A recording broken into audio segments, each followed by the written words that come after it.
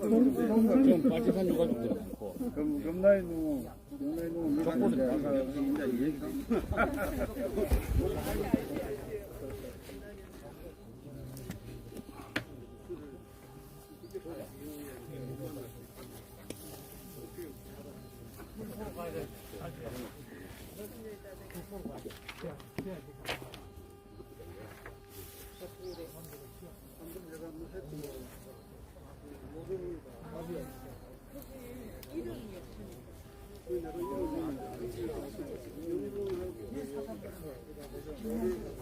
했고 이주성 교수도 있고 김기수 군도 있고.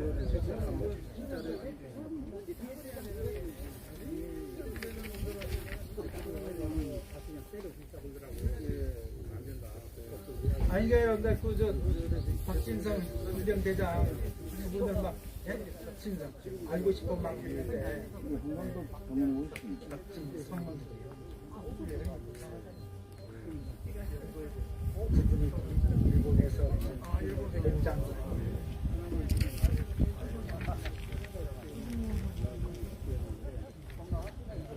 제가 지금 경제인지에 7회 차에서 연재해 있습니다. 목표는 30분. 박진정 정착전 30년을 지금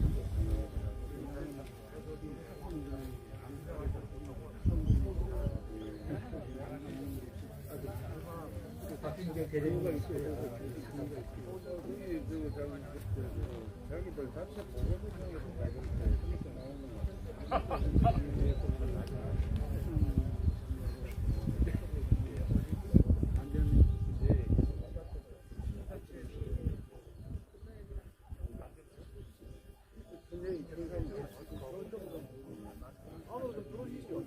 자석이 좀 앉으시고. 아버지 사상 예정 제가 생겨서 이게 거기서 제일 중요한 게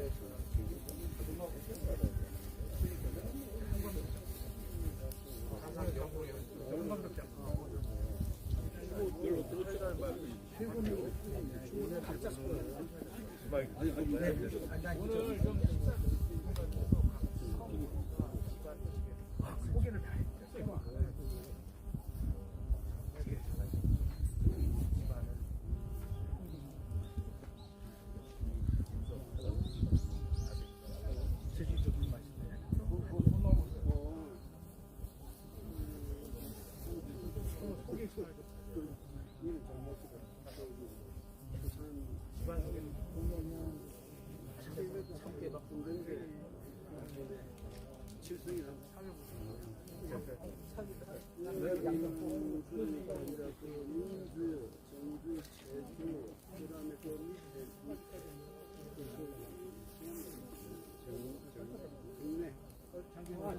식을 몇 시에 올릴 겁니까? 아니, 안 오신 분도 있어요? 바로 시작하시죠. 그래서 아니, 이게 사인 때문에, 이게 유튜브 때문에. 알겠는 왜? 사인을 줘요. 11시 5분에 바로 시작. 5분에? 11시 5분에? 오케이. 일단 자리에 착석을 하셔야 네, 좀 앉아주시면 좋겠는데요. 앞에 저기 어르신들 앞에 앉으시고요.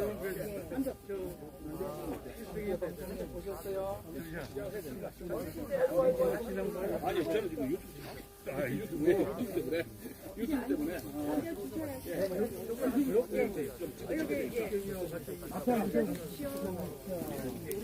전민영 대표. 형님. 오신 분들 내민 소개.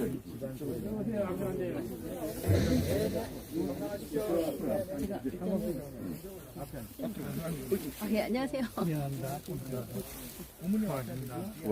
나도 고문이야? 앞쪽으로 앉으시죠. 앞에 앉아서 공문. 내민 소개. 오신 분들 자기 이름 좀. 저거로.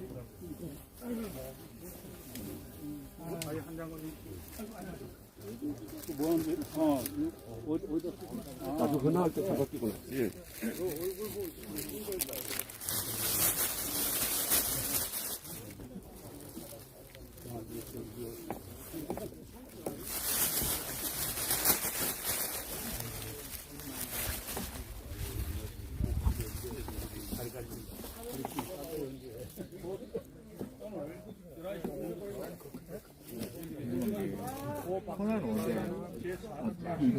박진영한테 이게 시즌이잖아요. 예. 코너 하나 푸나? 이건 어디서 하는 거야? 맨 마지막에. 내 마지막에? 그러면은 요 순서대로 쭉 내려오면서 하나. 그러면은 이렇게 폐해하고 나서 하는 거야? 아니면 폐하고 전화 안 맞추고 하나. 박범계 유족의 박진경 대령 유족의 사무총장 박범계 선생님 소개해 주시고 마이크를 주시면 유족 소개해 주시고 그럼 여기서 소개하면 되죠. 본인 네. 말씀하시고. 여기 어디 저를 먼저 소개해 주시면 아니 유족을 마지막으로 불러요. 그래 유족이 마지막에 여기 없는 거죠 지금? 다 있을 거예요. 그러니까 박철기 선생님하고 그다음 박범계 선생님을 사무총장 소개하시면 마이크를 넘겨주시면 유족 오신 분들 이렇게. 근데 다른 분들은 모르겠네. 어르신 해가지고.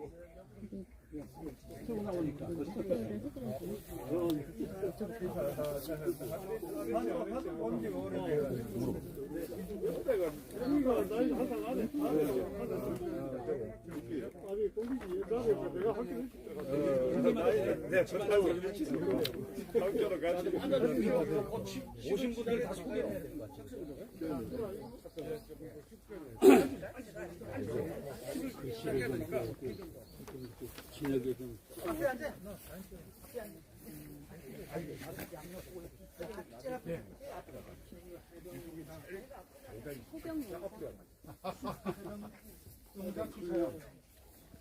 혹시 소개를 해드리기 위해서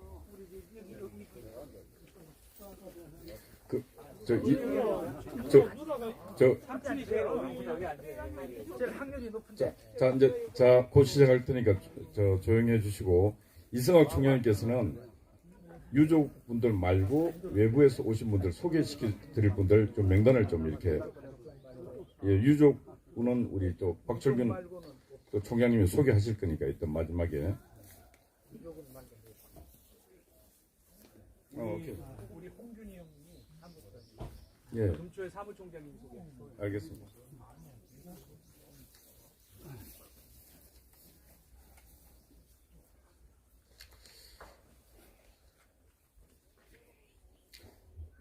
예, 시간이 5분 정도 지났습니다.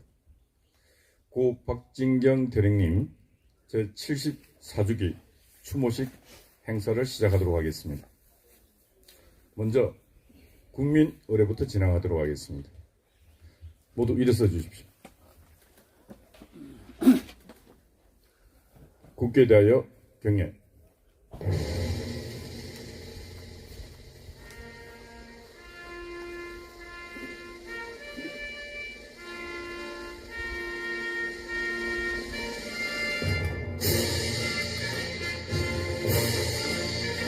나는 자랑스러운 태극기 앞에 자유롭고 정의로운 대한민국의 무궁한 영광을 위하여 충성을 다할 것을 굳게 다짐합니다.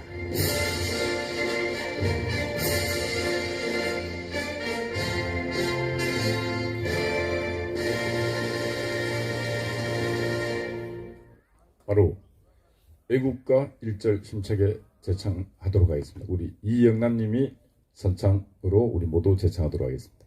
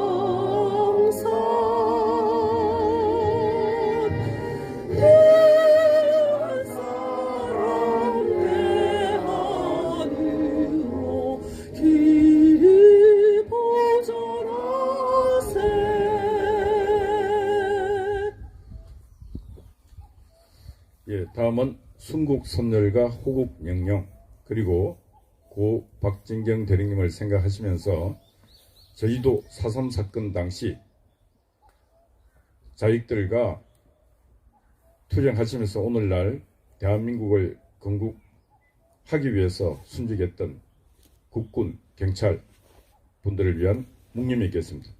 일동 묵념.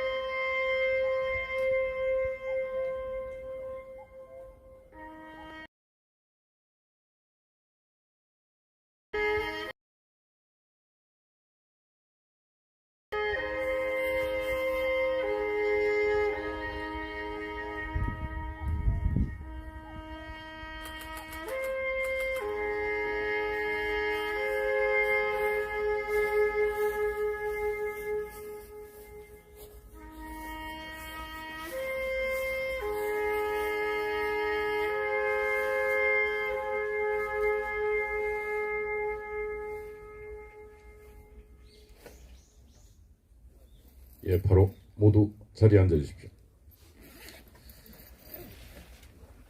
예, 여기는 국립현충원입니다. 나라를 위해서 진짜 몸을 바친 분들, 목숨을 바친 분들이 안정되어 있는 곳입니다. 현충원 들어오시면은 현충탑이 높이 있습니다. 그 현충탑에는 대한민국 전직 대통령부터 현직 대통령까지 다 그곳에 갑니다. 현충탑 밑에 오석으로 큰 글이 있습니다. 누구나 다 봅니다. 모든 정치인들이 때마다 갑니다. 거기는 뭐라고 써놨는가? 여기는 민족의 을이 있으린 곳, 조국과 함께 가는 이들, 해와 달이 이 언덕을 보호하리라 이렇게 쓰여 있습니다. 그런데도 그 글을 읽으면서 뭔가 생각하는 사람들이, 정치인들이 되어야 되는데 아무도 생각을 안 합니다. 여기는 현충원이고 여기 묻혀있는 분들은 진짜 조국과 함께 영원히 가는 이들, 해와 달이 이 언덕을 보호하듯이 우리도 이분들의 그 목숨의 가치를 생각해야 되는데 아무도 생각을 안 하고 있다. 그러니까 늘 나라가 어지럽습니다. 예, 박진경 대령님은 1948년 제주도에서 4.3 반란 폭동이 일어났습니다. 50선거를 치러야 될 때 유엔에서 결정해서 이 나라를 세우기 위해서 50선거를 치러야 되는데 반란 폭동이 일어났고 50선거를 치르기 위해서 그 당시 최고의 군 엘리트 박진경 대령을 딘 소장이 임명해서 내려보냅니다. 임무 수행도 못하고 내려간 지 불과 한 달여 만에 무장 공비에서 암살당해서 돌아가십니다. 그게 그분의 역사였습니다. 그런데 지금 우리나라 보시면은 그 박진경 대령이 거의 폭도가 되었습니다. 폭도가. 잘못된 역사를 바로잡기 위해서 여기 모인 분들이 참 노력을 많이 하고 있고 수고를 많이 했습니다. 그나마 몇 안 되는 사람들이 그래도 수고하고 있기 때문에 제주도 잘못된 사람들의 뜻대로, 잘못된 정치인들의 뜻대로 아직은 못 가고 있습니다. 언젠가 바로 서리라 저는 믿습니다. 네, 저는 오늘 사회를 맡은 비상시국 국민회의 공동대표 이희범입니다. 저는 예전에 자유연대 또 편집장을 해서 취재를 많이 했고 90년 남해 동상 세울 때 저 가서 취재하고 다 했습니다. 그래서 저도 애증이 있고 이 고 박진경 대령을 바로 세워야 역사가 바로 서는 것입니다. 그래서 몇 안 되는 분들이지만은 끊임없이 우리가 제주 4.3 사건의 역사가 바로 서는 날까지 함께 해주시기를 부탁드립니다. 내빈 소개 간단하게 하도록 하겠습니다. 한광덕 전 예비역 육군 소장님, 제주 4.3 사건 재정임 시민연대 고문이십니다. 나종삼 제주 4.3 진상보고서 진상조사팀 전문위원이셨고 지금 제주 4.3 재정임 시민연대 고문이십니다. 이주천 전 원광대학교 역사 교수십니다. 제주 4.3 재정립 12년대 역사소위원장이십니다. 홍창섭 평화통일자문회의 부의장이시고 민족통일중앙협의회 부의장이시고 북경대 한국이사장이십니다. 이성학 제주 4.3 사건 진실규명을 위한 도민연대 사무총장이시고 제주 4.3 12년대 교육정립위원장이십니다. 여기 있는 분이 그 제주도가 지금 붉은 물이 다 들었는데 혼자 파란 등불을 켜고 열심히 싸우고 있습니다. 다시 한번 박수 부탁드립니다. 박철균 우리 박진경 대리님 손자분 되십니다. 박수 부탁드립니다. 박헌균 박진경 대령 유족회 사무총장이십니다. 전민정 제주 4.3 사건 재정립 10년대 대표십니다. 근데 이제 우리 저 여성분 저분 때문에 우리가 그래도 구심점을 갖고 이 등불을 켜고 헌법 소원도 하고 참 진짜 대단한 예님. 제가 볼 때는 이 시대 잔다르크 같아요. 박수 한 번 더 부탁드립니다. 남편분도 계시네요. 남편을 위해서도 박수 부탁드립니다. 남편분이 현직 공무원이기 때문에 제가 이런 말씀만 드리겠습니다. 예, 본행사 시작하면서 그렇게 하도록 하겠습니다.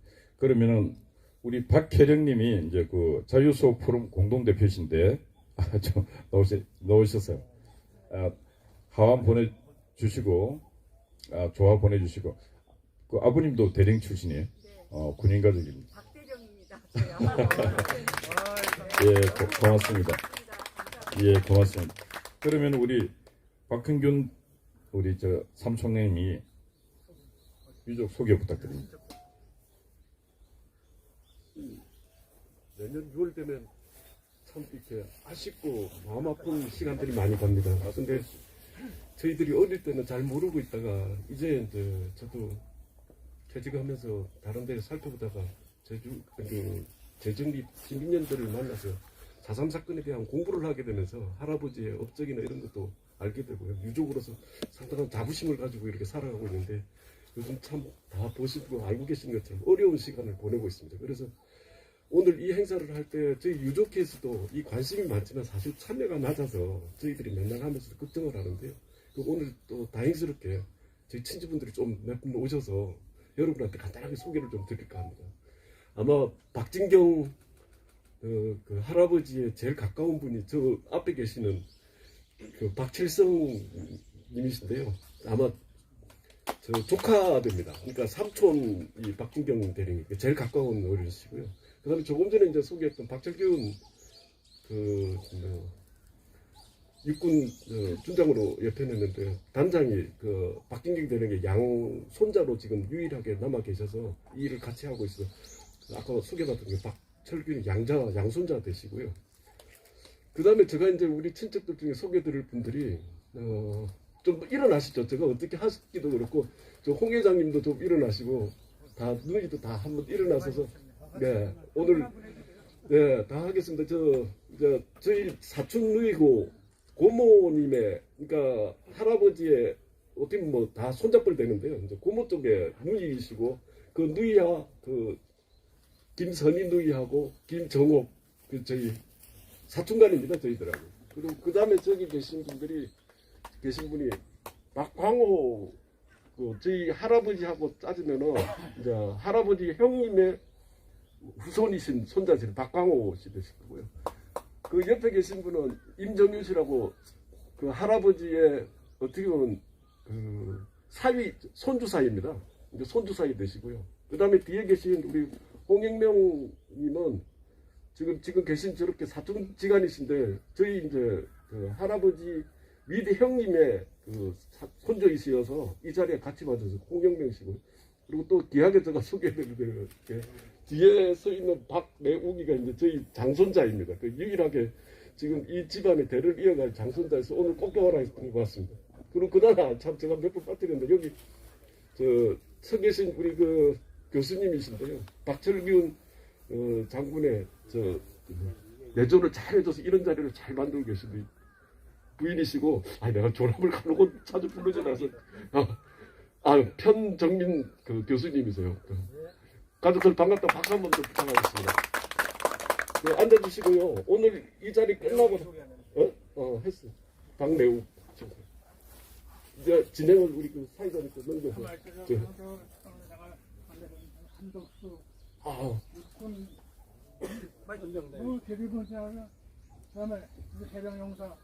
한덕수님.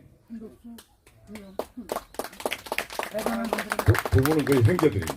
긴 시간 오랫동안. 맞습니다. 저는 김용훈이고요. 이분은 우리 한덕수 씨인데, 실제로 대부분의 일을 제가 좀 이따 이 끝나고 제가 유튜브 안 하고 제가 말씀을 좀 드리려고 알겠습니다. 여기에 계신 분은 정종옥 씨라고 정종옥님. 경찰에서 35년을 근무했고, 그다음에 대공도 하고 사정도 하신 분이고, 우리나라 실제 일어나는 일을 아주 많이 하시는 분입니다. 같이 왔습니다. 그리고 이 자리는 한국 장군님이 그동안에 이제 사상 관련해 굉장히 많은 일을 쓰셨는데, 굉장히 잘 안 돼가지고 마음대로 안 되니까 스트레스를 받아가지고 건강이 안 좋습니다. 그래서 제가 통화를 했는데 같이 오겠다 해가지고 잘 오셨습니다. 여러분들이 좀 이따 제가 나중에 말씀드리도록 그때 말씀드릴게요. 감사합니다. 예, 고맙습니다. 제가 이 두 분도 거의 30년 전부터 제가 만난 분들입니다. 우리 사무실도 많이 오시고. 자, 바로 시작. 저 뒤에 또 늦게 막 오셨네요. 우리 김기수 변호사, 문수정 변호사. 예, 빨리 진행하도록 하겠습니다. 먼저 추모사부터 진행하도록 하겠습니다. 우리 한광덕 고모님 추모사 가시도록 하겠습니다. 예.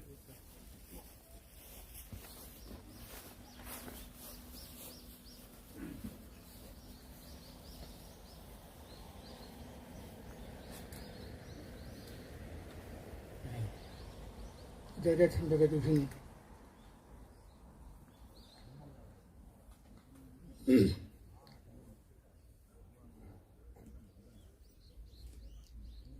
여러분들 반갑습니다. 사실 저는 아까 우리 김용훈 예천우가 얘기했지만은 상당한 우울증 이사인 것 같아요. 그러니까 하다 보니까 여러 가지 사안이 연결되다 보니까 잠을 못 자보니까 자꾸 깜빡깜빡 하는데, 그래서 할 말을 적다가 이것도 하다가 컴퓨터가 잘 말 안 들어가지고 한참 하다가 나왔는데,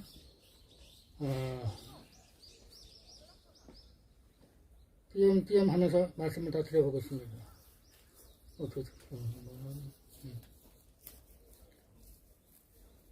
오늘 박정경 대령님 제74주기 추모행사에 참석해주신 내빈 여러분께 깊은 감사를 드립니다. 박정경 연대장은 4.3 폭동이 한창이던 시절에 중령계급장을 달고 제주도 구연대장으로 부임했으며, 대장시의 생각은 남로당 세력이 어느 때보다 강했던 제주도에서 공산화를 막아야 되겠다는 강력한 신념을 갖고 있었던 분으로 보여집니다. 그래서 그분이 어려운 임무마다 나서서 솔선해서 했던 분입니다. 정말로 정말 대한민국의 구국을 위한 선봉장이라고 저는 생각합니다. 이 연대장에 발탁된 박진경의 우수성은 당시에 온 사회에 알려졌던 것 같습니다. 이 양반이 영어를 잘하시고 하기 때문에 제주도에 남로당에서 알아가지고 박진경 당시 중령으로 부임을 하다가 왔는데, 저 양반이 있으면 상당히 남로당 활동에 지장이 초래되겠다 해서 제가 해야 되겠다는 복심이 있었던 것 같아요. 그래서 박 대령이 공작에서 큰 성과를 거둬서 48년 6월 17일 날 대령 진급을 합니다. 진급을 한 그날 아침, 다음날 6월 18일 새벽 2시인가 3시인가에 남로당의 지령에 의해서 숙소에서 자다가 암살을 당했어요. 정말 통찰할 노릇입니다. 응? 이 양반은 내가 볼 때 이승만 박사처럼 대한민국 암단을 멀리 봐왔던 것 같아. 젊은 사람이었어요. 아니면 그렇게 할 수가 없거든요. 그분이 여기 계십니다. 박진경 대선배님. 저는 참으로 존경합니다.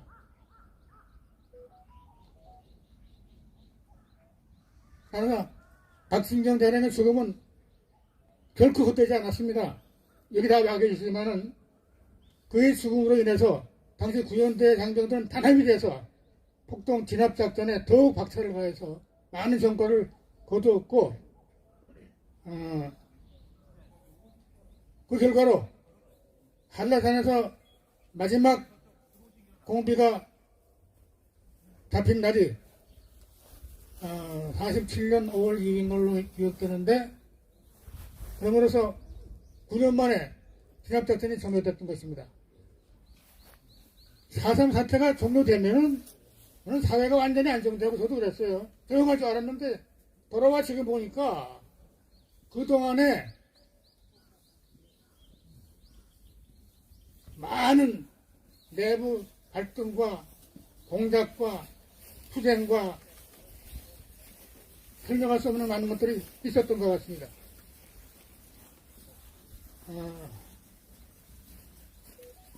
총성 없는 전쟁이 지금도 계속되고 있습니다. 지금 당시 그 혼탁했던 당시의 제주도민들은 사실은 글도 별로 몰랐고 무식했잖아요. 뭘 압니까? 그냥 몰라요. 돌아가는 거를.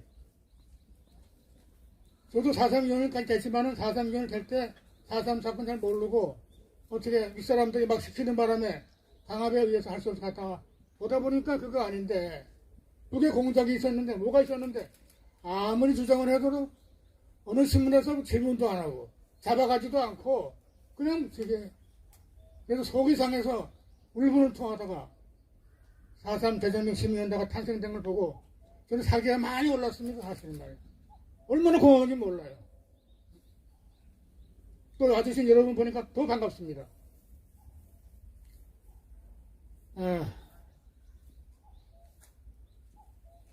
이념전쟁은 지금도 계속되고 있고, 우리 우익들은 법률 전쟁에서 계속 짓밟혀 왔습니다.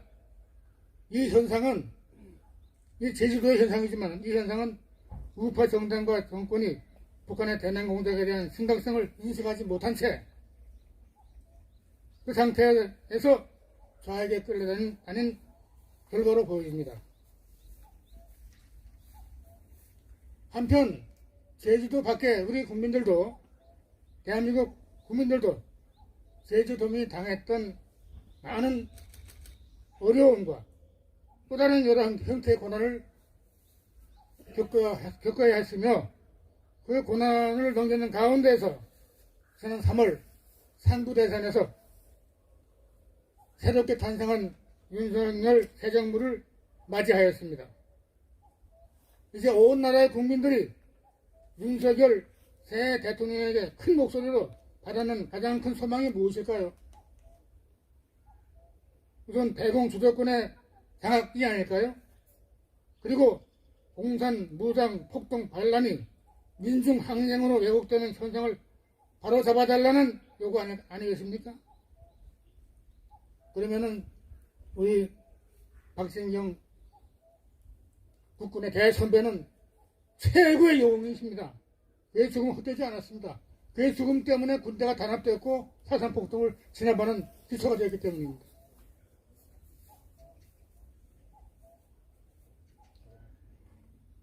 그 4.3 특별법과 4.3 사건 진상조사 보고서는 다시 쓰는 것이 문제 해결이라고 저는 생각해 왔습니다.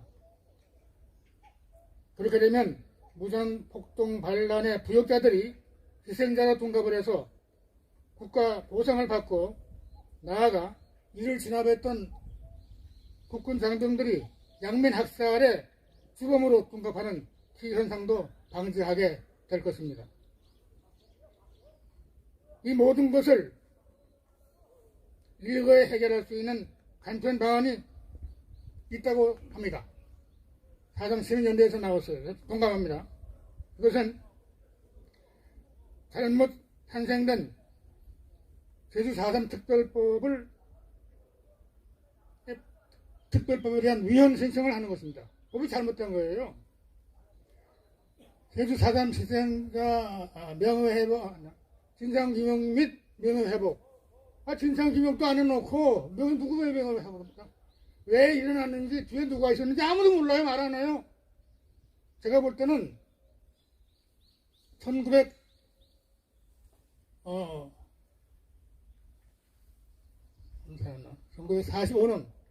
9월 20일 날 당시 소련이 멸망되면서 나왔던 스탈린 비밀지령, 거기에서 나옵니다. 사실은 그 말하는 사람이 없고, 그 비밀지령에 의해서 실시되었던 북한의 토지개혁, 무상몰수 토지개혁, 그다음에 화폐개혁, 이것들이 있었는데 당시 미군 정에서도 항의 안 했고 이승만 정부에서 별로 항의를 안 한 걸로 보여요. 저는 알아보려고 했었는데, 그러다 보니까 북한 화폐개혁 때 술때 돈이 남쪽으로 왔어요. 그 돈을 운반하는 사람이 있어요. 이름도 있어요. 그 놈이 이름이 성시백이야. 북한 영웅 1호가 됐어요. 그 97년 5월 26일 날 나왔던 신문이 아직 공론화가 안 돼요. 기가 막힙니다. 그래서 사실은 내가 기면 안 되는데 전부 소설이에요. 소설. 제주 4.3 사건 여기는, 저는 제주도에서 피난을 가가지고 한 3년 살았어요. 3, 4, 5학년까지 제주도에서. 제가 다닐 때는 폭동 이야기 거의 못 들었고 학교 갔다가 다 했어요. 조용해서 사실은. 몇 군데에서 그랬던 것 같은데 나중에 보니까 시끄러워진 거예요. 4.3 위원회 하다 보니까 신고받는데 신고 안 해. 희생자 신고를 하니까 안 하니까 1차, 2차, 3차, 4차 그걸 막 나가는데 나중에 보니까 막 올라와요. 보니까 경찰도 신고하고 누구도 신고하고 막 올라와. 내가 보니까 5.18 신고에 돈 나오니까 저거 봐라. 돈 나온다. 그러니까 돈 때문에 신고하는 거예요. 세상에 이런 나라가 지금 돼 있습니다.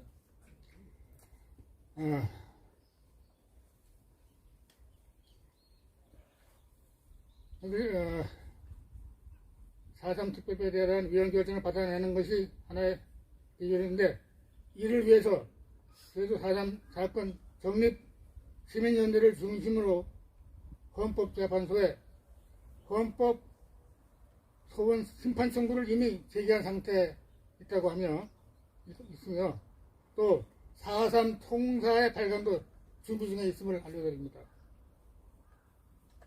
좋은 열매가 열리는 성과가 있게 되기를 바라고 많은 성원을 부탁합니다. 아무도 모르는 대한민국 구국의 선봉장, 창군의 대선배, 박정경 선배의 추도식에 참석하신 여러분들께서 4.3 역사 바로 세우기에 더 나서주시고 힘을 모아주시면 하늘나라의 박정경 대령께서는 얼마나 기뻐하시겠습니까? 이 4.3의 진실이 젊은 사람들에게 널리 알려지기만 하면은 대한민국의 땅과 하늘과 바다를 지키는 현역의 국군 장병들도 반짝의 군복을 갈아입고 가슴을 펴고 신을 활보하는 모습을 보게 되겠습니다. 국군을 양면 학살범으로 국가폭력으로 몰아가는데 어떻게 군복을 입고 다닙니까? 장병들이 말입니다. 그래서 이 작은 모임이지만은 여기서 뭔가 모여져 가지고 대한민국이 살아나는 계기가 마련되기를 박진경 대선배님 앞에서 다짐하고 싶습니다.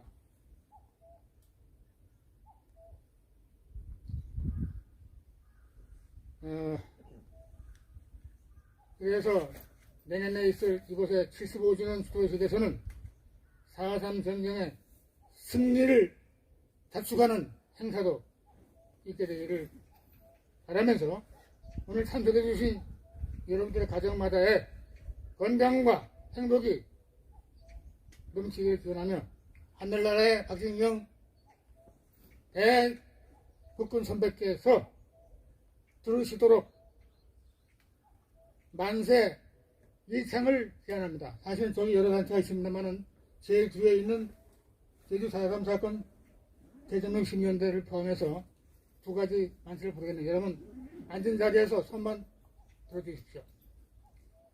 가슴을 펴고 여러분 박진경 대령님을 생각하고 또 그 가족들을 생각하면서 자유 대한민국 만세! 만세! 이를 위해서 노력하고 있는 제주 4.3 성립 시민연대 만세! 만세! 감사합니다. 많이 들어오셔서 미안합니다. 예, 우리 한강덕 장군님 연세도 많으신데 그 박진경 대령님하고도 뭐 큰 대선배는 아니고 동시대를 또 사셨고, 예. 근데 하여튼 국무총리실에 4.3 조사위원 심의위원 들어가셨다가 막 화가 나서 그냥 놔버리시고, 근데 역대 정부를 보면 국가가 역사를 하여튼 왜곡하는데 앞장을 섰습니다.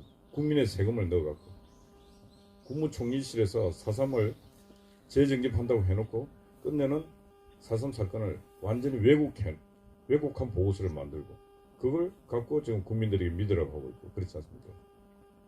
하여튼 수고하신 우리 한강덕 장군님 늘 건강하시고 내년 75주기에도 반드시 참석하셔갖고 4.3 역사가 변화된 그런 시대를 함께 맞도록 하겠습니다. 다음 추모사 나종삼 고모님 안 하시겠습니다. 그러면 한 분으로 그러면은 박진경 대령님 양력을 이성학 교육정립위원장께서 소개해 주시도록 하겠습니다.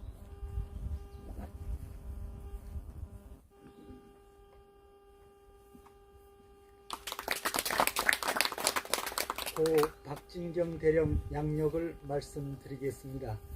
제11연대장 고 박진경 대령님은 경남 남해군 남면 홍현리 출신으로 진주 고보를 졸업하고 1942년 4월 7일 오늘이 오사카 외국어 대학교인 오사카 외사전문학교 영어학과에 입학하여 학업 성적이 3년 줄곧 1등을 하여 1944년 9월에 수석으로 졸업하시었습니다.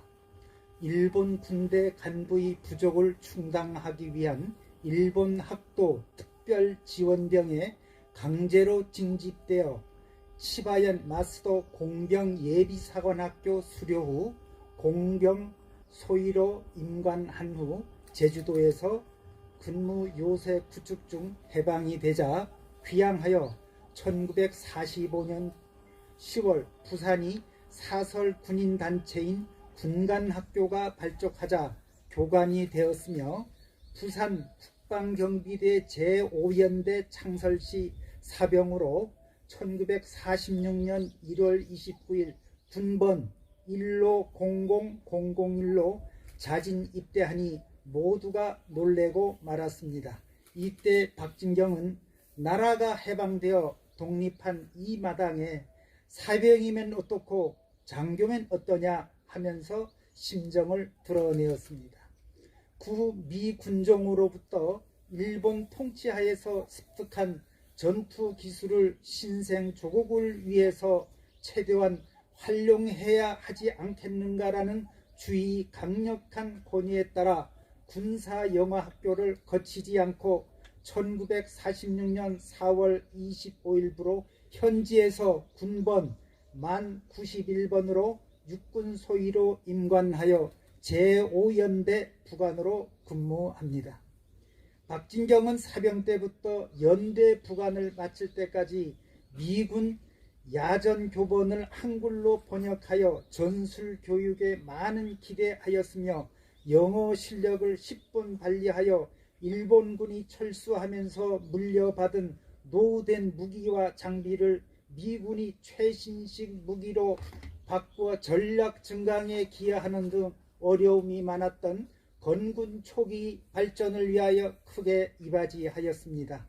그 후 부단한 노력으로 1946년 12월 중위, 47년 3월 대위, 47년 6월 소령으로 국방경비 총사령관 부관, 1947년 9월 중령으로 진급하여 국방경비대 총사령부 초대 인사국장을 거쳐 1948년 5월 6일 김일령 중령 후임으로 제9연대장으로 취임하였습니다. 박진경 중령은 제주 부임 한 달 만에 6월 1일부로 중령에서 대령으로 진급하였습니다. 이 진급은 적극적인 남로당 반란군 세력들이 토벌 전과로 미 군정에게 눈이 들어 진급하였다고 제주 좌파들은 이야기하지만 4개 전투대대를 지휘하는 여단장급으로 격산된 직위 진급이었고 작전 중에 전과는 미비하였고 실적도 없이 토벌 의지만으로 진급을 결정하지는 않습니다. 고 박진경 대령님은 제주 4.3 사건을 슬기롭게 진압할 수 있는 유능한 장교였으며 선성무 곤작 후 진압작전을 전개하였습니다. 작전을 돌입하기 직전 각급 지휘관에게 100명이 폭도를 놓치는 한이 있어도 한 명이 양민이 희생되어서는 안 된다는 확고한 지시와 동시에 주민들이 환심을 돌리기 위하여 단위 대장들에게 선무 공작을 강조하였다는 긍정적인 평가는 그의 부하들이 내리고 있었습니다. 그 대표적으로 그 당시 박진경 제11연대장 밑에서 소대장으로 근무했던 주월 한국군 사령관인 최명신은 증언하였습니다. 박진경 대령이 제주도 재임 기간은 1개월 13일, 43일에 불과합니다. 실제 부대를 장악하고 작전을 지휘한 기간은 이보다 더 짧습니다.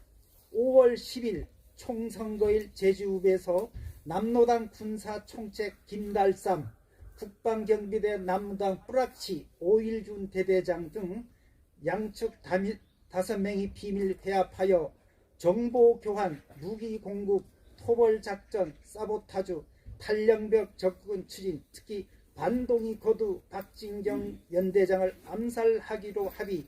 이것이 박진경 대령 부임 4일 만에 남로당 지령하에 암살 계획을 결정한 것입니다. 제11연대장 박진경 대령이 1948년 6월 17일 저녁 제주 읍내에 있었던 고급 요리집 옥성정에서 그의 대령 진급 축하연은 미군 장교와 11연대 참모 그리고 통일부에서 파견된 장교 등이 참석한 가운데 성대하게 열렸다고 합니다.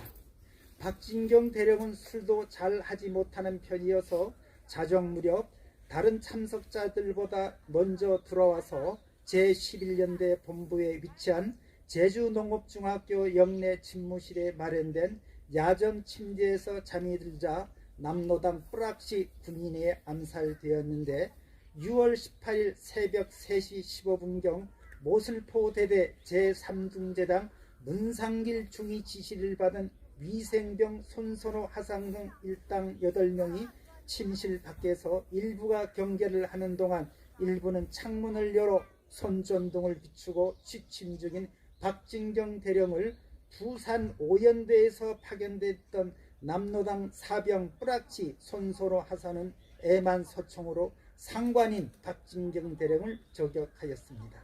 잠시 후 위생병이 달려와 울면서 시체를 씻어냈는데 애만 총탄이 심장과 두 개를 정확히 관통하였습니다. 직접 총을 쏜 사병은 울면서 박진경 대령이 피를 씻어내던 부산 제5연대 출신 위생병 손선호 하사였습니다. 젊은 고급 장교로 유명을 달리한 박진경 대령이 그때의 나이는 만 29세였습니다.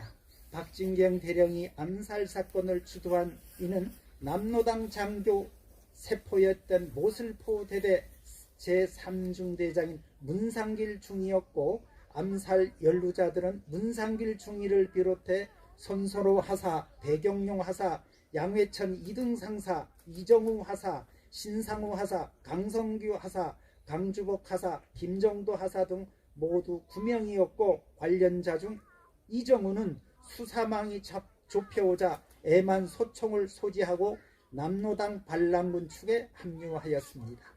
문상길, 신상우, 손선호, 백영명 등 3명은 8월 14일 열린 군법재판에서 사형을 언도했으며 양회철에게는 무기징역을, 강순규에는 5년 징역을, 황주법, 김성도 하사에게는 증거 불충분으로 무죄 선고를, 문상길 중위와 손선호 하사는 9월 23일 경기도 수색이 한 기슬에서 총살령이 집행됐습니다.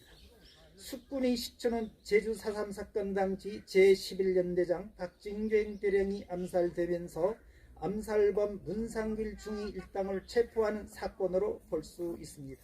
이어서 여수 14연대 반란 등 계기로 육군본부는 바로 남로당이 대대적인 숙군을 하게 되며 이후 군 입대에 대한 사상 검열이 강화되었으며 좌익 혐의에 대한 검거가 군 전체로 확산되었습니다. 비록 고 박진경 대령님은 젊은 나이에 돌아가셨지만 숙군의 결과 국군은 정치적으로 균일한 성격을 가지게 되었으며 숙군은 국군 내의 좌익 세력을 제거할 수 있었습니다. 그 결과 6.25 한국전쟁 시 국군은 전쟁 초기 부진함에도 불구하고 내부로부터 와해되는 것을 방지할 수 있었습니다. 이것으로 보아 고 박진경 대령의 죽음은 헛되지 아니함을 볼 수 있습니다. 장례는 1948년 6월 18일 우리나라 육군 최초 육군장으로 엄수되었고 1950년 6.25 한국전쟁 때 나라에서는 을지 무공훈장을 수여했습니다. 이상으로 제11연대장 고 박진경 대령님 양력 보고를 마칩니다. 감사합니다.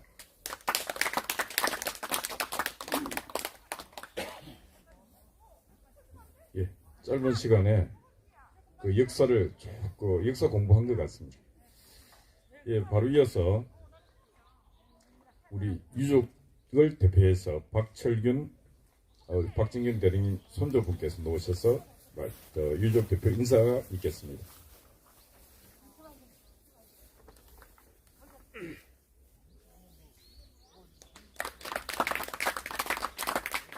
네, 감사합니다. 2년 전에 이제 아버님이 돌아가신 후에 더 많은 관심을 가지고 공부하는 과정이 있어서 4.3 사건 재정립 시민연대 대표님을 포함한 한광덕 장군님, 나정상 고문님, 특히 이승학 교육부장님 등을 통해서 제가 막연하게 알고 있던 상식들을 사실에 근거해서 하나하나 정립할 수 있었습니다. 아버님을 통해서 들었던 박진경 대령에 대한 모습, 또 사실관계를 확인하고 왜곡되고 있는 모습을 보면서 도저히 가만히 있어서는 안 되겠다라고 해서 우리 박홍균 사무총장님하고 유족회도 만들게 되었고, 또 여러분들의 도움을 얻어서 아직도 진행 중이고 계속 진행되어야 할 일이지만 성과도 있었다고 생각합니다. 지금 이제 나종상 고문님께서 주로 쓰셨던 책을 중심으로 4.3 사건 책도 이제 시민연대에서 만들고 있고, 또 요새 젊은 사람들이 많이 보고 있는 위키백과에 할아버지와 관련된 가장 중요한 인물 4명, 우리 할아버지 문상길, 김익렬, 손선호, 이런 그 4인방에 대한 위키백과는 지금 제대로 좀 수정이 되었습니다. 다만 이제 4.3 사건 자체는 아직 이제 수정이 안 되고 있는데, 그런 일들을 앞으로 지속적으로 해 나가야 되지 않나 이렇게 생각을 합니다. 2003년 12월에 제가 이제 28사단 전방 대대장을 나가기 전에 최명신 장군하고 저하고 식사를 했습니다. 힐튼 호텔에서. 그래서 저한테 하신 말씀이, 아까 우리 이승학 부장님도 말씀하셨지만 본인이 소대장을 하면서 할아버지한테 민군 작전에 대한 영감을 받아서 8월 사령관 가서 처음 내린 지침이 바로 그거다. 할아버지께서 이제 100명의 폭도들을 놓쳐도 한 명의 무고한 주민이 다치게 하지 말라. 100명의 베트공을 놓쳐도 한 명의 무고한 베트남 주민들이 다치게 하지 말라.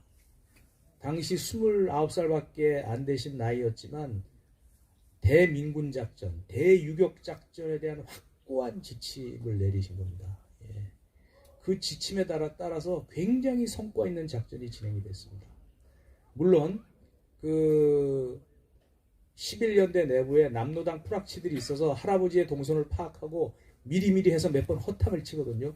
그 다음부터는 이것이 훈련인지 작전인지 모를 정도로 나가서 방향을 전하고 하면서 소기의 성과를 거뒀습니다. 소기의 성과를 거뒀는데 그 요새 이제 군사 교리로 하면 이것은 대유격 작전입니다. 게릴라 기지, 유격 기지를 이런 산 속에서 조성해서 작전을 하고 있는 것에 대한 대유격 작전인데, 대유격 작전의 핵심은 이 최명신 장군도 말씀하셨지만 주민과 폭도들을 분리하는 겁니다. 분리 작전. 그래서 선무 공작을 통해서 무고한 시민들과 양민들을 분리하고 이제 투항하지 않는 사람들은 어차피 체포를 할 수밖에 없거든요. 체포를 해서 어떻게 했느냐?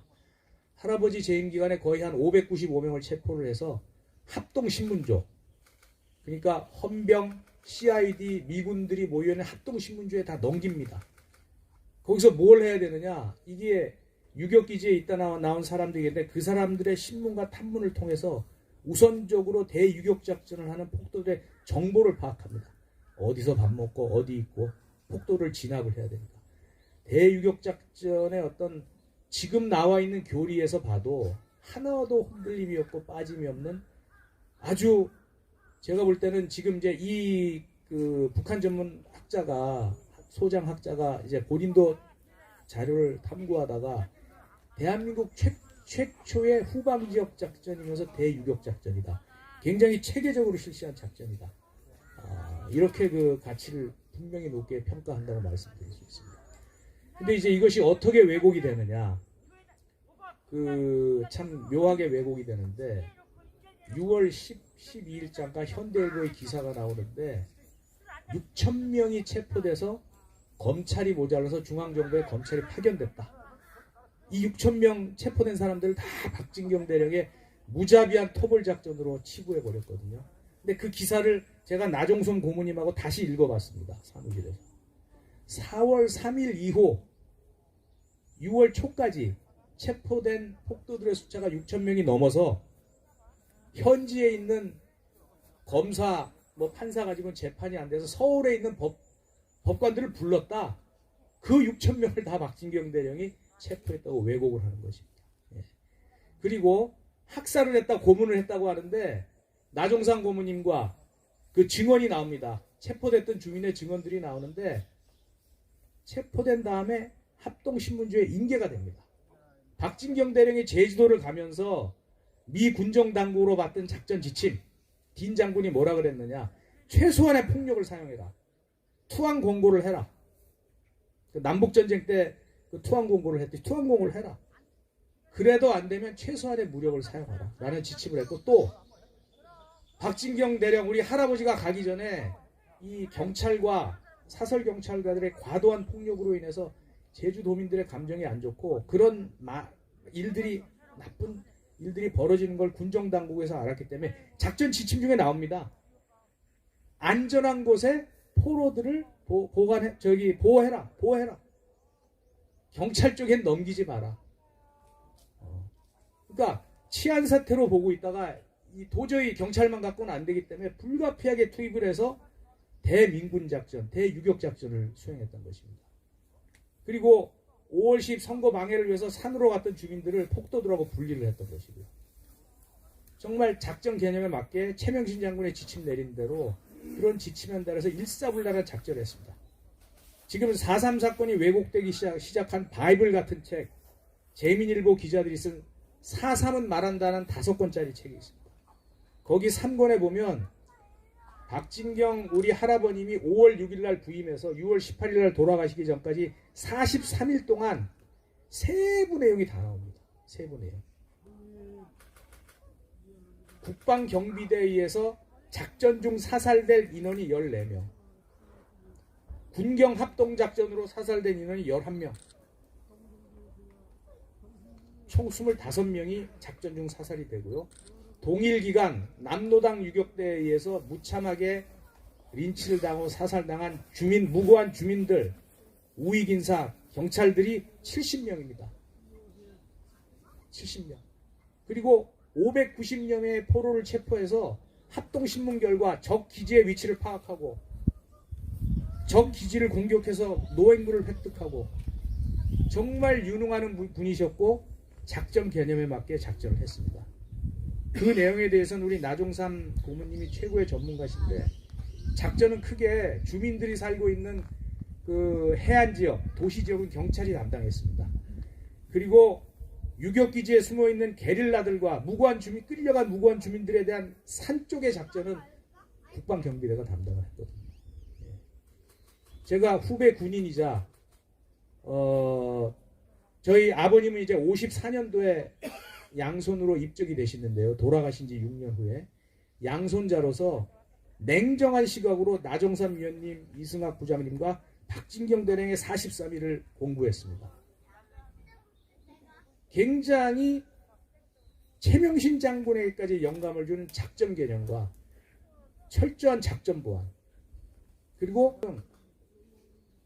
이분이 단순하게 일본군 소위가 아니라 지금 정무적인 영향까지 미칠 수 있고 하는 이런 중요한 작전들에 대해서 굉장히 개념 있고 확실한 작전 개념에서 대유격 작전을 했다라는 새로운 영광과 감명을 또 제가 받게 됐습니다. 어쨌든 우리 사무총장님 박홍균 형님께서도 말씀하셨지만 멀리 부산에서 우리 그 유족 선배님 형님들이 오셨고 굉장히 최근 한 2년간의 출발과 시작은 좋았습니다. 이런 것들이 하나의 결실을 이룰 수 있도록 앞으로 계속 이제 여러분들과 함께 양심과 학문의 영역에서 그리고 이제 성숙이 되면 사법의 영역까지 해나갈 수 있도록 한번 제 힘을 모으겠습니다. 여러분들께서도 많은 후원과 관심과 지원을 부탁드립니다. 다시 한번 시민연대 대표님, 두 고문님, 그리고 정말 우리 할아버지에서 공부 많이 하신 이승학 부장님, 그 다음에 이희범 대표님, 많은 이 의인들이시죠. 이렇게 감사를 드리면서 유족을 대표한 인사를 가름하겠습니다.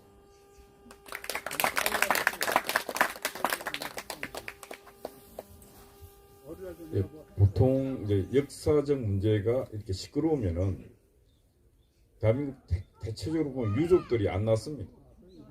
아무도 안 나서고 침묵하는데 그래도 우리 박진경 대령님 유족들 그리고 박익주 우리 국회의원도 하시고 우리 양아들님 다 해서 앞장을 섰습니다. 91년도에 제가 이제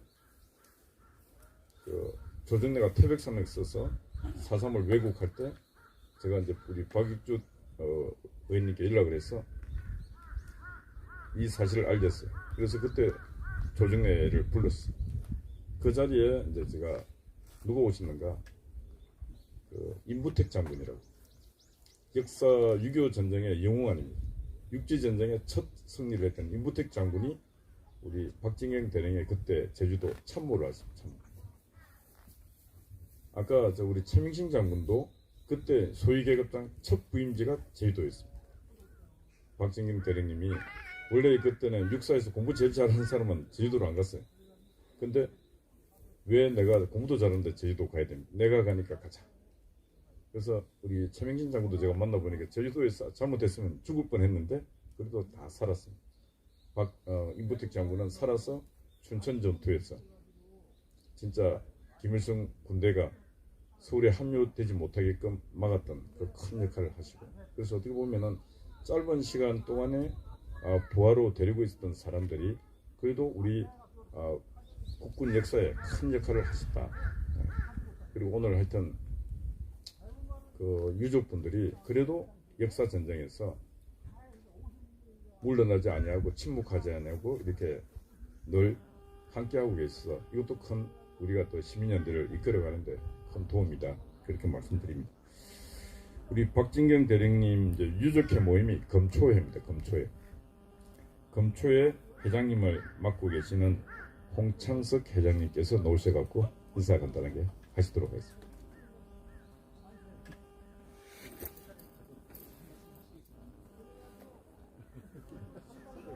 그럼 생략 넘어가도록 하겠습니다. 그럼 바로 이어서 우리 이제 추모의 노래 이영란 성악가님이 기다리는 마음 추모곡 하도록 하겠습니다.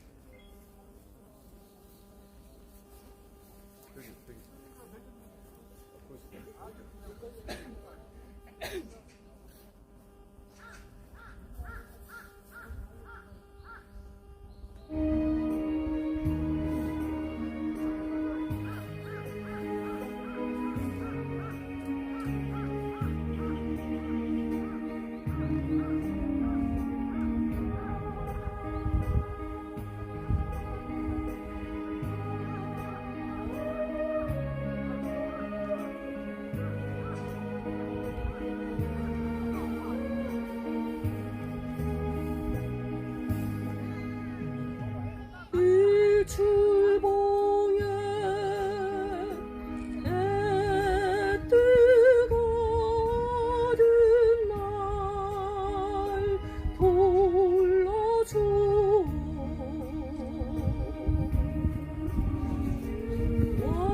월출봉에 달 뜨거운 날 불러줘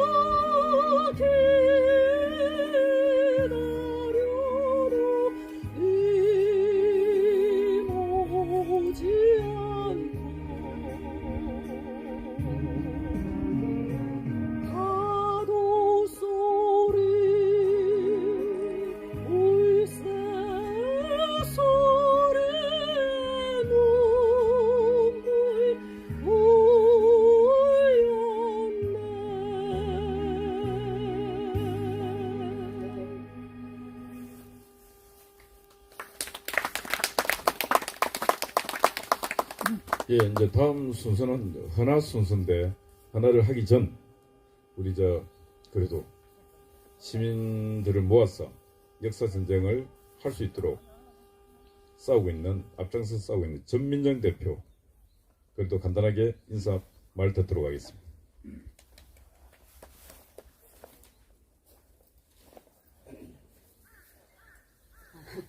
네, 안녕하십니까. 저는 제주 4.3 사건 재정립 시민연대 전민정 대표입니다.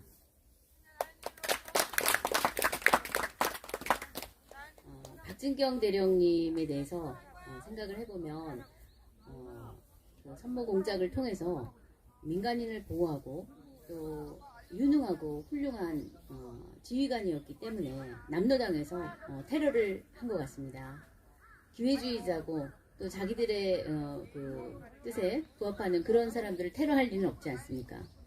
당시 제주도에는 6만여 명 이상의 남로당원이 있었다고 합니다. 이거는 미군정 보고서에 나오는 사실인데, 그렇다면 그곳은 굉장히 위험한 곳이었는데 위험을 마다하지 않고 국가를 위해서 정말 사지에 내려가시고 또 앞장서서 정말 열심히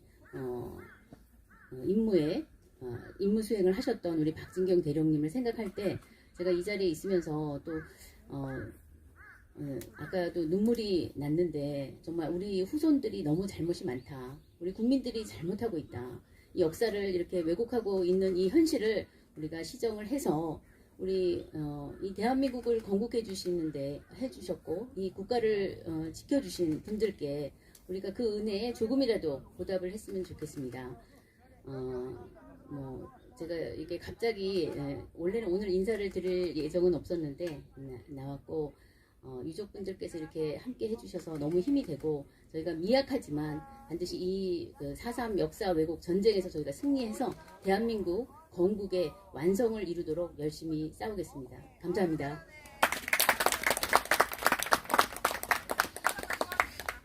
예, 이제 권력 정부가 이제 3월 9일 날 이렇게 바뀌었지 않습니까?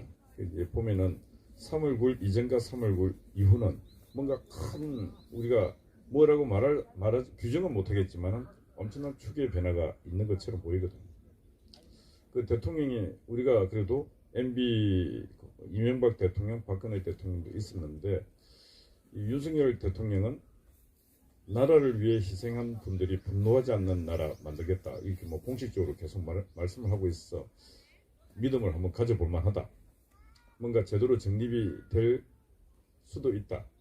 그래서 우리가 이럴 때 우리 시민들, 국민들이 힘을 뭉쳐갖고 역사가 오육되고 왜곡된 역사를 바로잡는데 우리가 큰 역할을 해야 되는데, 제가 그 중에서 보면은 하여튼 박진경 대령님 유족 분들이 아마 그 역사의 장에서 큰 역할을 하지 않겠는가. 4.3부터 바로잡지 못하면은 바로 이어서 여순 반란 사건도 지금 항쟁으로 가고 있고 특별법이 만들어지고 있고, 그렇기 때문에 4.3 전쟁은 반드시 이거는 국가 차원에서도 다시 바로 잡아야 된다, 그런 말씀을 드립니다. 하여튼 바로 이어서 헌화 하도록 하겠습니다. 헌화. 우리 나종상 고모님부터 우리 한강대 장모님, 자 이래서서 이제 헌화, 저기 국화 숭례가 옆에 있습니다. 저 옆에 단에 국화가 있으니까 한 송이씩, 예, 박혜령님이 한 송이씩 건네주십시오. 다 일어서십시오. 일어서서 예, 헌화 한 번씩 다 헌화하도록 하겠습니다.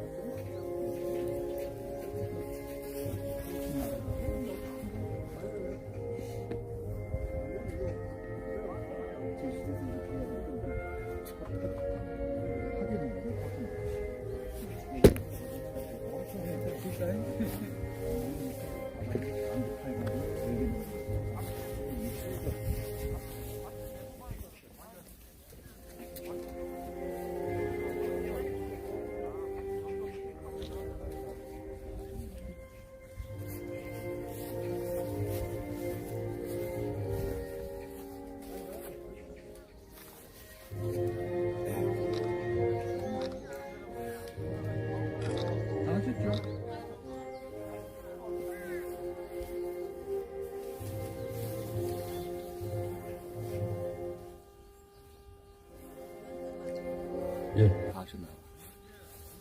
헌화 행사는 이것으로 마치도록 하겠습니다. 예. 고 박진경 대령 74주기 추모식을 마치도록 하고, 마치면서 저 현수막 뒤에 가서 다 서서 단체 사진 찍도록 하겠습니다. 그리고 오늘 그 추모식 행사를 준비해 주신 국립서울현충원 관계자 여러분께 감사드립니다. 예, 여러분 수고하셨습니다. 그리고 우리 한 말씀. 예. 저는 이름이 김용훈이고요. 저 유튜브 다 꺼주세요. 안돼, 지금 끄면 안 돼. 끄세요. 아니 저 단체 사진 지금 나중에 식당 가서 하자. 아니야, 이야기 해야 돼 이거. 그럼 지금 하셔 그냥. 끄면 안 돼. 지금 단체 사진 찍고 다 해야 돼. 단체 지금 나중에 찍어. 아니 식당 가서 하죠. 식당 우리가 식당 가서 우리. 그럼 단체 찍고 내가 이야기할게. 그럼 하세요. 자, 이제 그 마치고 단체 사진을 찍고 이게 내려가면은 만남의 집이 있습니다. 만남의 집에 와서 점심 식사하고 헤어지도록 하겠습니다. 단체 사진 찍을 수 있도록 저 앞에 현수막 앞으로 다 서주십시오. 뒤에서요, 앞에서요? 아니 밑에 저 가시면 되죠. 예. 뒤쪽으로 올라가야 게 낫을 것 같은데. 뒤쪽으로 가면 사람이 많아서 2단 3단 해야 되니까. 어떻게 낫겠습니까? 앞에 요 앞으로 섭시다. 앞으로 섭시다. 앞으로 해야지 위로 가면 너무 앞에. 아니 저기 두 줄로 쓰면 될 것 같은데 앞에서 두 줄로 써가 앞에 반 안고 이렇게 두 줄로 예, 쓰면 그러면 현수막을 떼서 들고 이리 내려오지 마. 여기 내려오죠. 예. 작년에 이게 찍었는데. 아니 카메라 우리 사진 기자께서 어떻게 찍으면 좋을 것 같아요? 아니 의자가 있으니까 한 줄은 의자를 안고 뒤에 쓰면 된다. 의자도 가져. 두 줄로 하면 올라가는 게 나을 것 같아요? 밑에서 의자로 한 줄 하고 위에 서 있으면 두 줄이면 된다니까. 비석이 나와요. 카메라 각도가 안 나요. 카메라 각도가 안 나오잖아요. 저 올라가야 될 것 같아요. 왜냐면 여기 비석이 나와서 안 자, 현수막을 떼어서 이리 가지고 오도록 하겠습니다. 뛰지 마. 저기 뛰지 말고 저 위로 올라가요. 올라가서 밑에서 위로 찍으면 될 것 같아요. 쓸 필요는 없는 것 같은데. 떼지 말고요. 떼지 말고 거기서 찍으시면 돼요. 자, 그럼 올라가 보세요. 저렇게 찍는데 저렇게 하는 것 같아요. 떼지 마세요. 앞에 있는 사람 조금 구부리고 뒤에 있는 사람 찍고. 자, 그럼 다 올라가도록 하겠습니다. 자, 올라갔어요. 예, 모두 올라가십시오. 자, 빨리 찍도록 하겠습니다. 자, 올라가십시오. 여자들 좀 키 작은 분들이 좀 앞에 끼워주겠어. 제가 신고했잖아.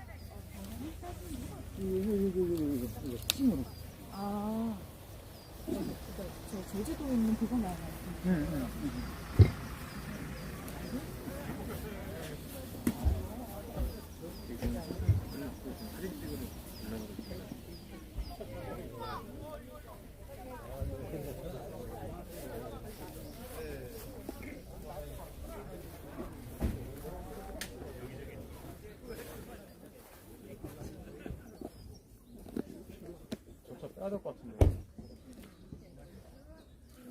가면 그 차를 좀 빼주시겠습니까? 약간 뒤로. 왜요? 요 지금 사진 찍고 하는데.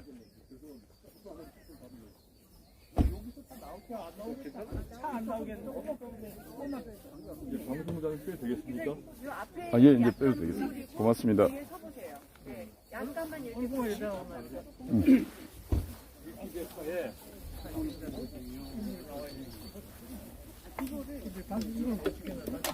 야외에서 마스크가 안 나올 거예요. 약간 이 옆으로 서도 되고. 앞에 키 작으신 분.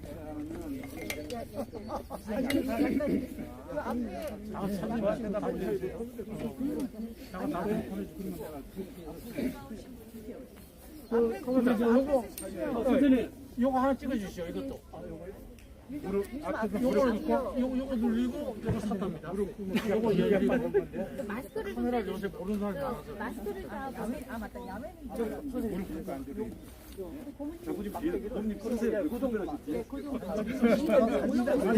기합 받는 게 기합 받는 거. 약간 기마 자세. 기마 자세. 기마 자세. 올라가시죠. 됐어요. 그렇지. 여기 너무 고르지 않으셔도 돼요. 뒤가 안 보이잖아. 뒤 있는 사람이. 얼굴이 나와야지. 이좀 잠깐 그 머리 사이로 서십시오. 사이. 자, 하나, 둘, 셋. 할게요.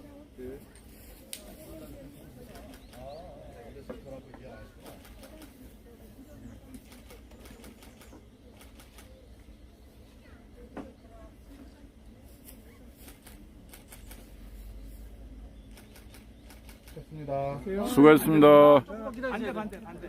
박기승 씨. 반대. 예. 조그만 카메라로 나가야 되는데.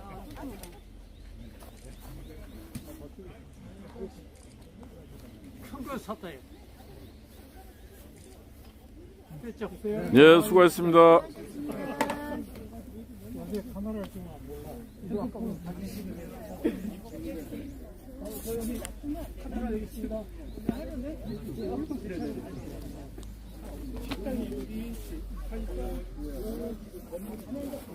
정문 나가기 전에 오른쪽 만남의 집이라고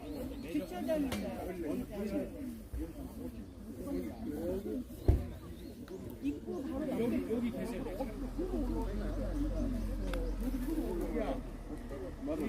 내가 부모님 자기는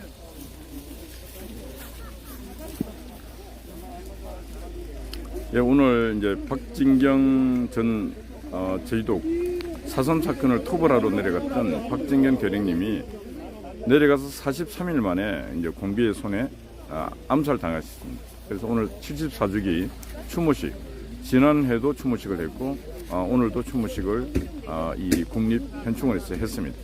이제 모든 행사를 마치도록 하겠습니다. 여러분 수고했습니다. 감사합니다.